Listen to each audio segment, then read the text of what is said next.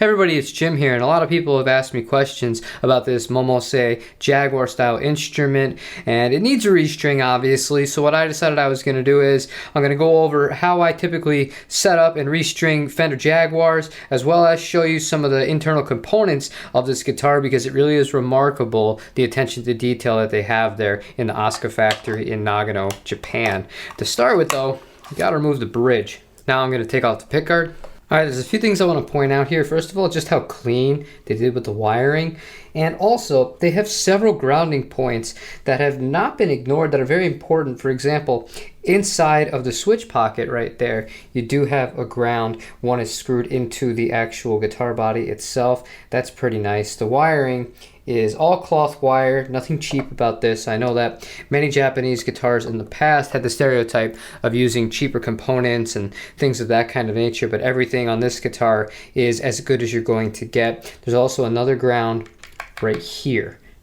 Now on this part, I don't want to tug too hard. I'm just trying to lift it back enough so you can see it. There's another place for a ground where the body is connected in right there.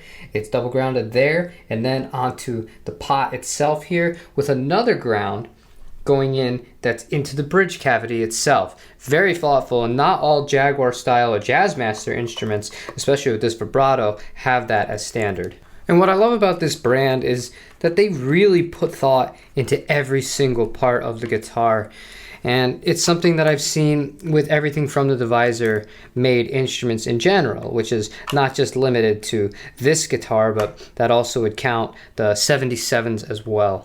And finally, the rhythm circuit cavity, also all super high quality. You have a big old .022 cap right there. This is really, really nice stuff here. No cheap electronics whatsoever, and we have another ground right there in the inside of that compartment as well. Now, all those things might not seem like a big deal to you, but having had many different Fender Jaguars from America, from the Squire lines of guitars from Fender Japan, not all of them come the same as far as the attention to detail, the quality of the grounds, the quality of the wiring, the neatness of everything underneath once you take it off, because these guitars do have a lot going on, much more so than something like a Telecaster. It's kind of wild to think that a brand like this really gets it right, and they're doing this all by hand. And meanwhile at Fender, it's just not always the case and not always a top priority.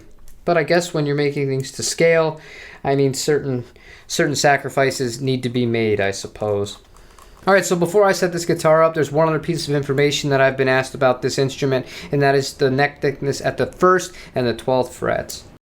0.87 at the 1st fret, 0.97 at the 12th fret. But really, the star of the show, and I do favor those neck dimensions, especially for a Jaguar style instrument, is the actual profile itself. It's unique to Momose. The guy is known in Japan and revered for the quality of his neck carves as far as the comfort and the feel of them, and I really do agree with the people that give him such rave reviews for his style of necks. They are absolutely a joy to play.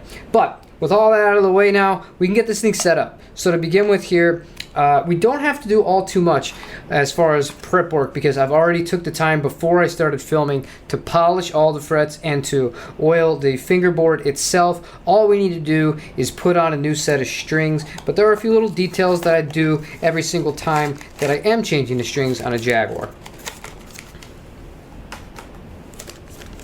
In case you're wondering, the gauge of string we're using, 10 through 46, so pretty standard stuff.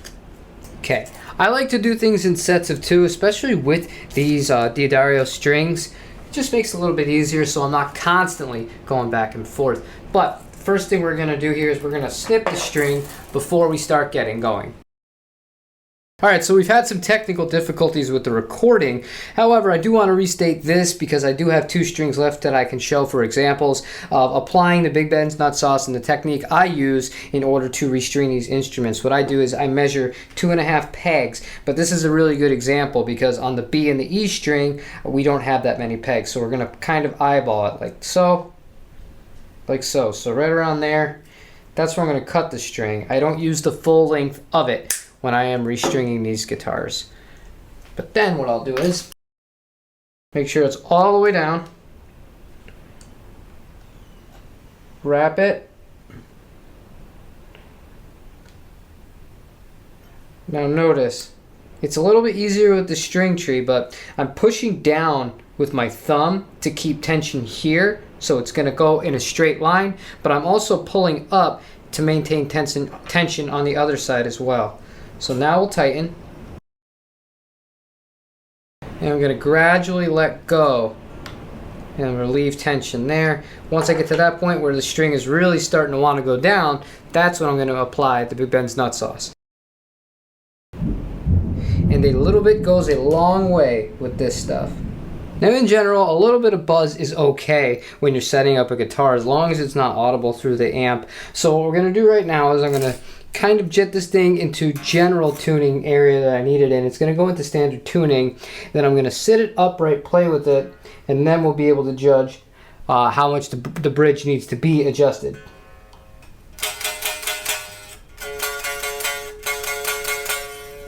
So we can absolutely raise it on this side. How are we on the bottom strings? Again, we're not worried about tuning, we're worried about buzzing.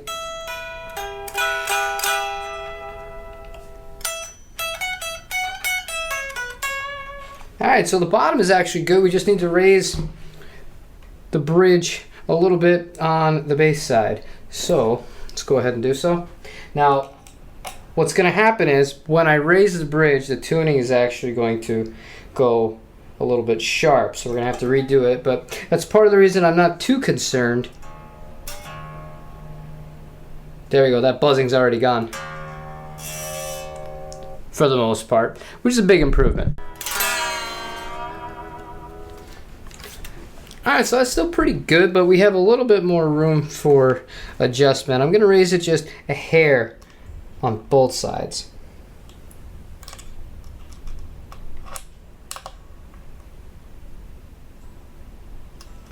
Just a little quarter turn. This side, same thing. Alright, and that should give us pretty good shape.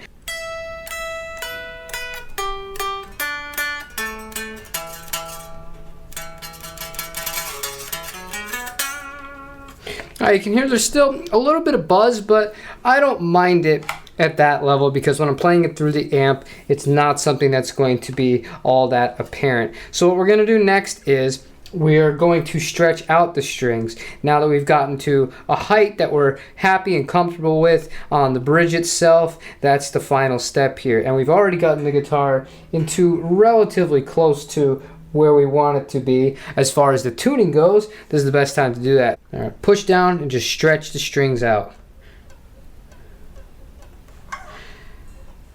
I do this in every setup. I never skip this step. This is very, very important, and we will have several passes of this. Not all of them will make it into this YouTube video, but if you want your strings to stay in tune, it's very important to do it, especially if you're somebody like me who does abuse the vibrato system quite liberally when I do use it on these instruments. And that's pretty much it as far as getting this thing set up. It didn't need all that much work, but I thought it would be pretty fun to take a look at the insides of this guitar because I needed to restring it anyways, and there's not much information about these Momose guitars, especially in English, available on YouTube, so I figured I would provide that for some people who are interested in these guitars and might not be able to inspect one in person. Thank you for watching, and if there's any other guitars that you would like to see the same kind of teardown and or setup of that we do have here, let me know in the comment section down below. Outside of that, don't forget, play your guitar, tell somebody that you love that you do love them, enjoy your day, get off the internet, and I'll see you on the next one. Take it easy, everybody.